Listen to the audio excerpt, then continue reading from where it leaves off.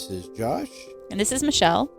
And this is Little Bandology, episode 7. All right. See, I did it. You people didn't think I would remember. He let me do the intro. It's been a long time, so. Yeah, it's been a hot minute. We've had a lot going on since our last episode. It's been crazy busy. It had, well, not only that, we've had sickness run rampant through the family. Oh my goodness. So much respiratory illness in our house over the last month. Pneumonia, you name it.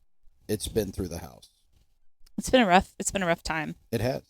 But we're all healthy, and we are Finally here in Chicago. Yay. At Midwest Clinic Convention. It's our first time to be here.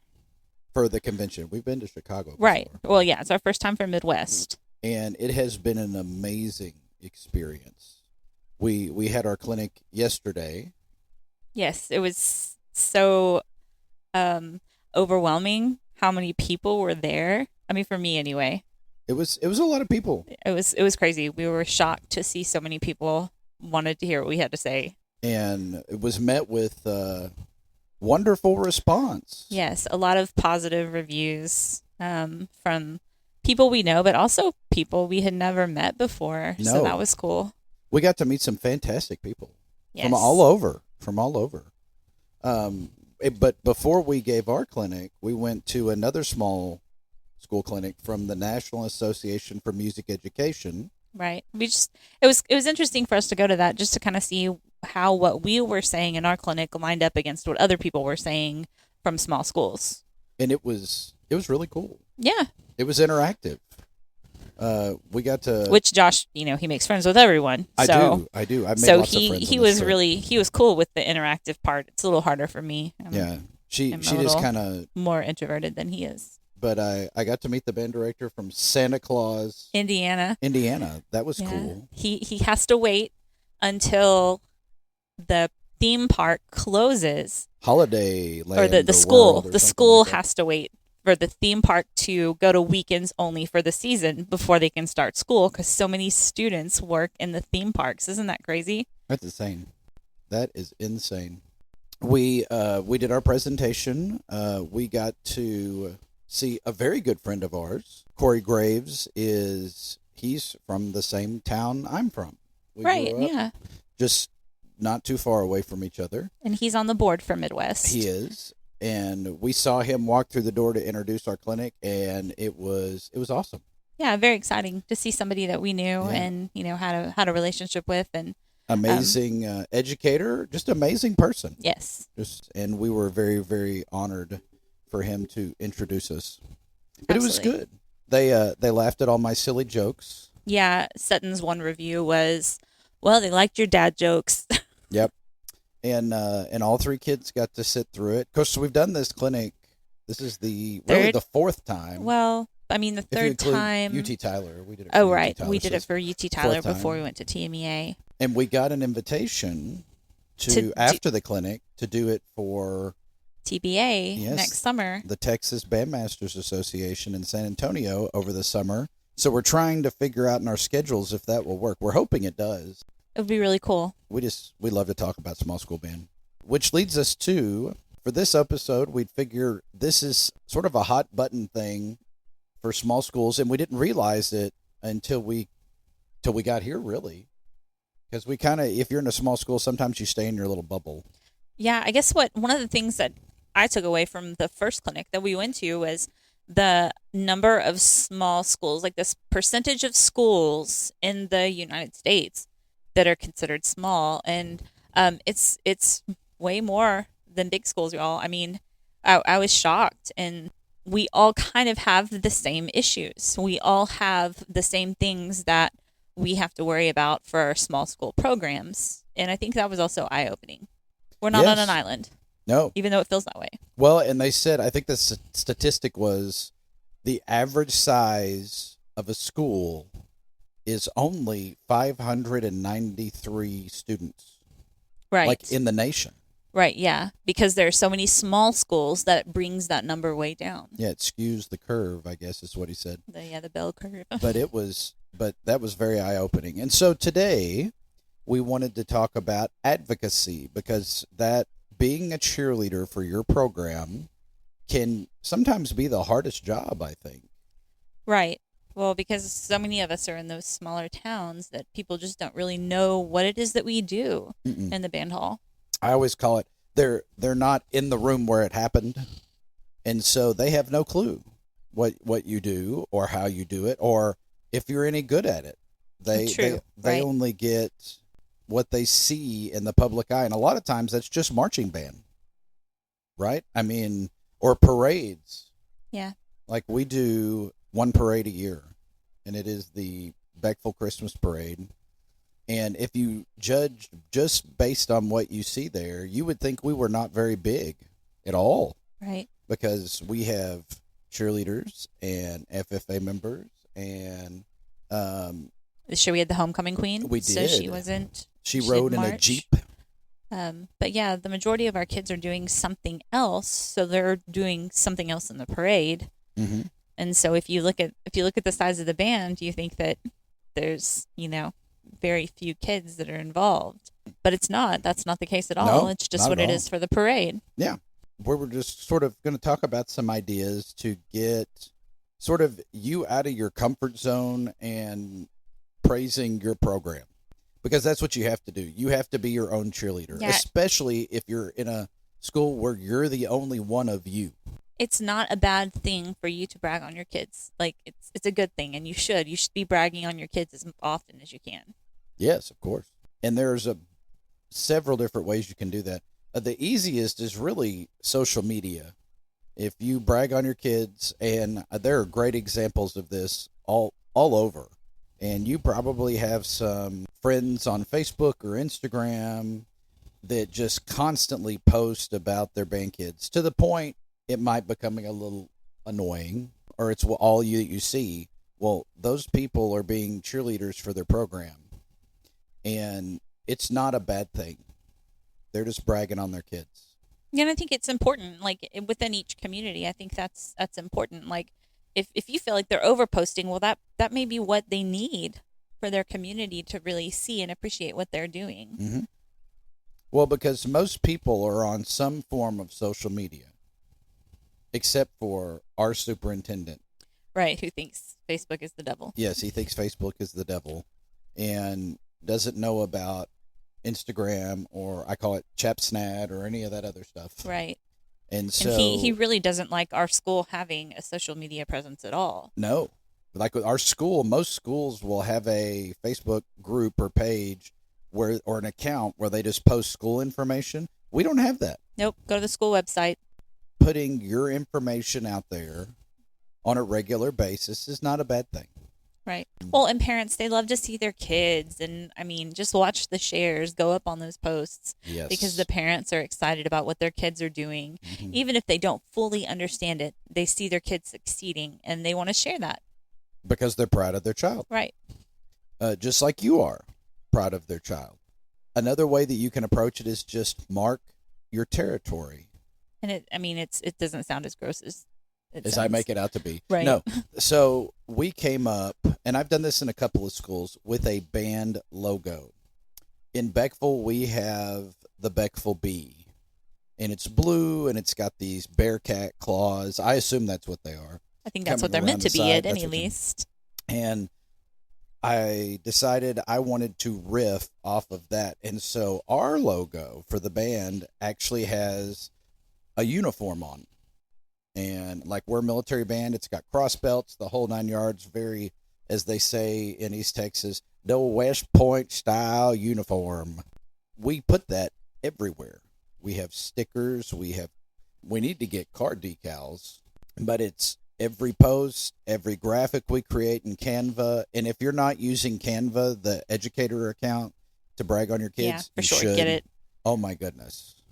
It makes graphic design so easy. Oh my goodness. And it has an AI feature that creates very interesting sort of presentations of different things that's fun to play with. But it goes on everything. And I tell this story in our clinic every time we do it. I love this story. We went to a playoff game right after we created our logo, and instead of using the official school logo for the Jumbotron, they used our band logo, and the band kids thought it was the best thing ever. Like they were cheering every time they'd show the logo. Not everybody enjoyed it as much as we did, but we loved it. We thought it was great. But that's a great way too. People see that, they associate it with your program. One less thing you have to worry about. Just keeps you out there. You Yes. know, they see it and they think, oh, our band, we have a great band. And so it's a good thing. Well, because a lot of times, and especially small communities, it's, we have a band, we just don't know anything about it. And so you've got to be the one to tell your story. Who better to tell the story than the person who's running the program? That way you control what's being said from the source. Something else, invite people. Now, they may not come, but invite your board members to a band rehearsal. Invite your administrators. We make a graphic for every single performance that we do. Oh, yes. And that graphic gets emailed out to everybody. And usually with a little personal note, hey, we hope you can come. Look forward to seeing you there, something like that. Just so that they know it's happening and they know that we care that they're there, that they come to that event. Yes. And we always thank them at the bottom for the support of our program. Yes, always. And we know not everybody is 100% supporter. But especially if you're emailing it out to faculty, they have all those kids in class. Most schools, I say most because I can't guess that there would be any that wouldn't, but most schools encourage teachers to go to school events. Right. And it's very easy for a teacher to go to an event with a ball attached to it because there's a million of them. Like we have 2 basketball games a week. 2 volleyball games a week. Right, but that's just high school. There's also junior high. I mean, we're playing basketball every day except for Wednesday in Beckville. So. This is true. But when you have a band concert, that's a one-time deal. Mm-hmm. You don't do that same program 3 nights in a row. I can't imagine that would be very fun anyway. Get that communication out to those teachers, to your community, and try to get them there. Something that we do is we do some in-school performances. Right. And this is mostly so we don't have to compete with outside. Yeah, it's out of necessity. It's really difficult much of the year for us to schedule a performance that isn't going to have to be missed by somebody because our kids do everything. Yes, and they do a lot of everything. And so we do, like in the fall, we did a 7th grade band concert, and it was during their class period. We recorded it. So anybody who couldn't come, they could still see the concert. Yes. And we had, 50, 60 parents there? We were shocked at how many people showed up. It was our first time to do a middle school concert during the school day. Yes. But again, it was out of necessity. If we didn't, it just wasn't going to happen. Mm-hmm. But we wanted to showcase what those kids had been working on because they had been working really, really hard. And we were super impressed with what they had accomplished in such a short amount of time. Mm-hmm. We wanted to show off. Yeah. And we did. And the parents loved it. The kids loved it, having an audience. Something else we do in Beckville is we do a 6th grade recital, not a concert, for our beginners in the fall. And we call it a holiday recital, even though, like some of the lines they play are... I would say most of the lines they play are not holiday themed. Related. We play Jingle Bells at the end, and so that sort of gets the holiday part. But every student picks a line out of the beginner book or one of the 2 beginner books that we use. They prepare that line with, I would say, minimal help. Right. I mean, we help a little bit. We may have worked on it in class at some point. Sometimes we have kids who go above and beyond and learn something we've never worked on in class, but generally they work up those lines on their own. Mm-hmm. We even allow students to do small ensembles, so duets, trios, things like that, and they prepare those during the class period. We don't work with those students separately. And so now we do listen to them before we do the recital. Right. We do a practice recital so they get used to where they sit. Just to make sure that they're at least on the right track. Because there's nothing more embarrassing to a student. It didn't really bother us so much. But to a student is to not be prepared to the point where that stress hits you, and all of a sudden you can't tell what you're playing, and it happens. We want it to be a good experience for them. Mm-hmm. Everybody claps for each other. Yes. Afterwards, but we do it during their band period, and we put it out. We use Remind, the app Remind, and so it's a texting app. We send that out to all the parents.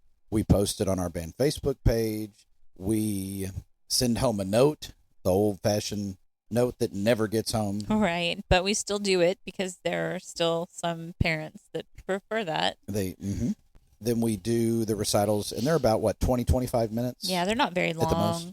And we had, just about every child had a family or friend representative at those in recitals. Every class. Mm-hmm. And it was great. The parents loved it. The kids loved it. Mm-hmm. And we had the best time. Yeah, I think it was a great experience for everybody. And that's something we've done for the last... Well, we did it when the boys were in 6th grade, so... I think that was the first one that we did. Was when they were in first grade. First grade. First grade. Yeah, wow. We start them early in Beckville. Wow, No, 6th grade. When they were in 6th grade, I think that was our first first recital.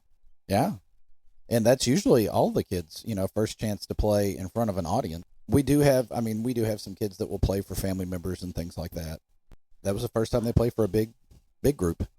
And everybody gets clapped for at the end of it. I mean, it's just a great experience, and it's part of our advocacy. We sort of put it out there for the community. They show up, and we have former grandparents that were on the school board back in the day. Mm-hmm. Our community members and I guess Beckville has a mayor, right? We do, and she's actually a kindergarten teacher. First grade yes, teacher? I believe she's a kindergarten teacher. Yeah, our mayor is a kindergarten teacher, and the interconnections in the community to the school is the community, which is how most small school bands are, I think. Right. I mean, there's not a lot of business in Beckville. There are a few things, but the school is the main main thing in the city of Beckville. Yes, source of everything: entertainment, right, education, all the things. That's a big part of our advocacy, because if people in the community are talking about, oh man, they did this recital and my son played Doodle all day and did so good on that, and you know what? It was just great. We really are proud of those kids, and man, these band directors too, they do such a good job with these kids. And it makes a difference. That little bit of word of mouth makes a huge difference. And you'll see that on your social media posts too. People will say, thank you for what you do for our students. Or they will say, man, I just really, really loved what the band did here. Something else too is your marching band is a great advocacy tool. If you have a marching band. If you don't have a marching band, there are other ways that you can do that. You may be a parade band and do lots of parades and things like that. But if you have a marching band, that's a great way to get people to look at your program and include more than just your students. If you're including parents moving things, if you have lots of props or things like that, we have pit equipment that we move for our band, and we have parents helping with that. We do, but we also include the younger kids to try to get them excited about being. And if it's a home game, any child of any age, really. Right. What was the youngest we had this year helping was I think he's in second or third grade. Yeah. And he was so excited. He wanted a picture with every single instrument. He held it, and Michelle would take a picture, and his mom works at the school, and we would send it to his mom. Yes, he would say, please make sure you send that to my mom. Say, of course, I will. Yes, we'll be more than happy to do that for you. He's very excited. Little former drum major you. Future. Oh my gosh.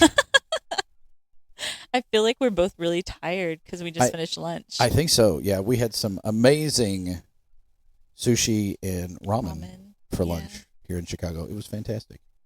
Just a short jaunt from our hotel. Getting back to advocacy, the more you can get people talking, the better. We heard an idea in a clinic yesterday. They were talking about doing getting parents involved and doing like bucket drumming, like a with trash your can parents. band is what they called it. And I was like, that's brilliant. That was a really like I'm so stealing that idea. Yeah, that's something that parents can easily do. And then, even if they're not musical, right, and or they've never been. We could set them up in the stands at a football game, and they could play during third quarter or even do when we're off, or even do figure out like a little duet with the drumline and the trash can band. Yeah. Or even do it at spring concert. Oh, that would be cool. Throw some, Yeah. hey, parents, calling all parents that would be willing to do this. Here's our rehearsal schedule, and have 2 or 3 rehearsals. Yeah, honestly, if we can teach elementary kids to do this, we can teach the parents to do it. It's something that they would be able to do. And their kids would just absolutely eat it up. Absolutely. They'd probably be a little embarrassed, but Our kids would be a little embarrassed.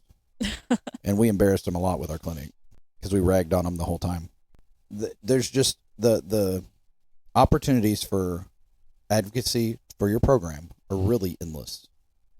Anything that you do that is going to bring attention to what your kids are doing and the job that you are doing is a good thing. And sometimes getting other people to talk about your program is a great way to do that. Get people to come in and listen to your group or to help you. This is where mentors can be a big help too. If people are talking about your band, it's getting that information gets around, and that looks good on your band. right. Michelle's falling asleep. I'm not falling asleep. Her head's nodding back and forth. I'm not. I'm just very distracted by what's going on outside the window. I mean, there's not really a lot going on out there, but it's just, I get distracted very easily. Oh, I do too. It happens to the best of us. They've been in anticipation of snow in Chicago. And I think that's it. Like I'm anxiously watching for the snow to start. Yeah, Sutton has that was the only thing she wanted in this entire trip was snow. We're like, okay, but not so much snow that we can't get on the train to get home. Right, we don't want to be stuck here. We do not want to spend Christmas in the Union Station at Chicago. That would not be fun. It's a very chaotic place. And it's not. I mean, it's supposed to snow, but I don't think it's supposed to be too much. No, I don't think so either. Luckily, we'll be able to get home after all of this. Yay. Yeah. This is kind of a short episode. If you have ideas regarding advocacy for your program, ways that you can get community involvement, don't hesitate to send them to us. We do community performances are a great way for advocacy too. Yeah, sometimes you just have to create those opportunities for yourself. Nursing homes, other right. elementary schools like our and elementary school. It doesn't have to be your things. whole band. No. Either. I think that's important. Like you can take small groups of kids to perform outside of the school and help get your name out there more as well. One thing that we used to do, and I haven't done it while I've been in Beckville because there's really not a place to, the bell ringers during the Christmas time. Oh, Get your kids to ring the bell, but have them play. So we used to do tuba Christmas songs. We would get a quartet together, and I would play with them, and we would go and sit outside of Walmart in Henderson, and we would play for about an hour. And we would play, all the stuff in the book that the kids could handle, and people love that. Yeah, that's Christmas is a great time. Yes, to get your kids out there playing and performing for people. It's a little. I mean, that's just the easiest time of year. It really is. Something else you can do in regards to that is getting kids to play in their churches. If you have a very church-going community. Yes. 6th grade all the way up. I started playing in church when I was in 6th grade. I didn't play much, but what I did play, everybody, something. Little old ladies love that stuff. Right. It makes the kids feel like they're superstars in their church community. And it also gets, man, we had this little boy and he was in this band and he played a song for us and it was really nice and we really appreciated it.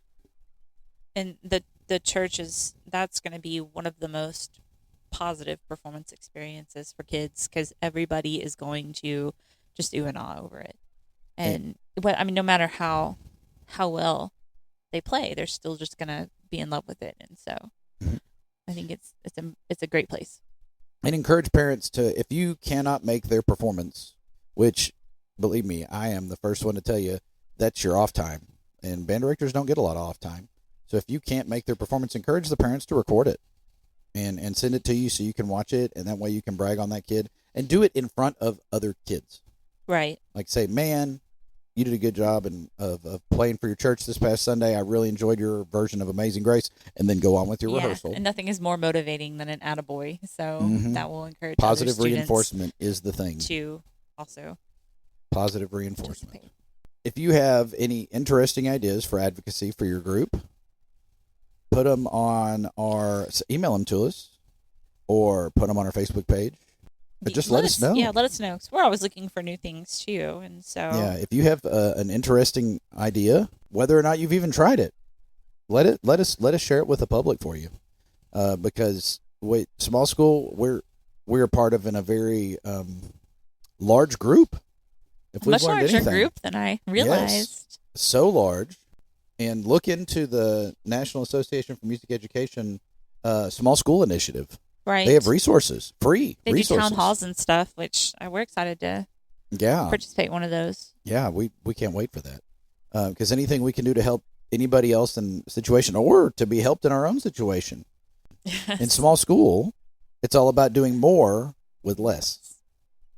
And so any way that we can offer help in that respect or receive help in that respect, we are always grateful and honored to do so.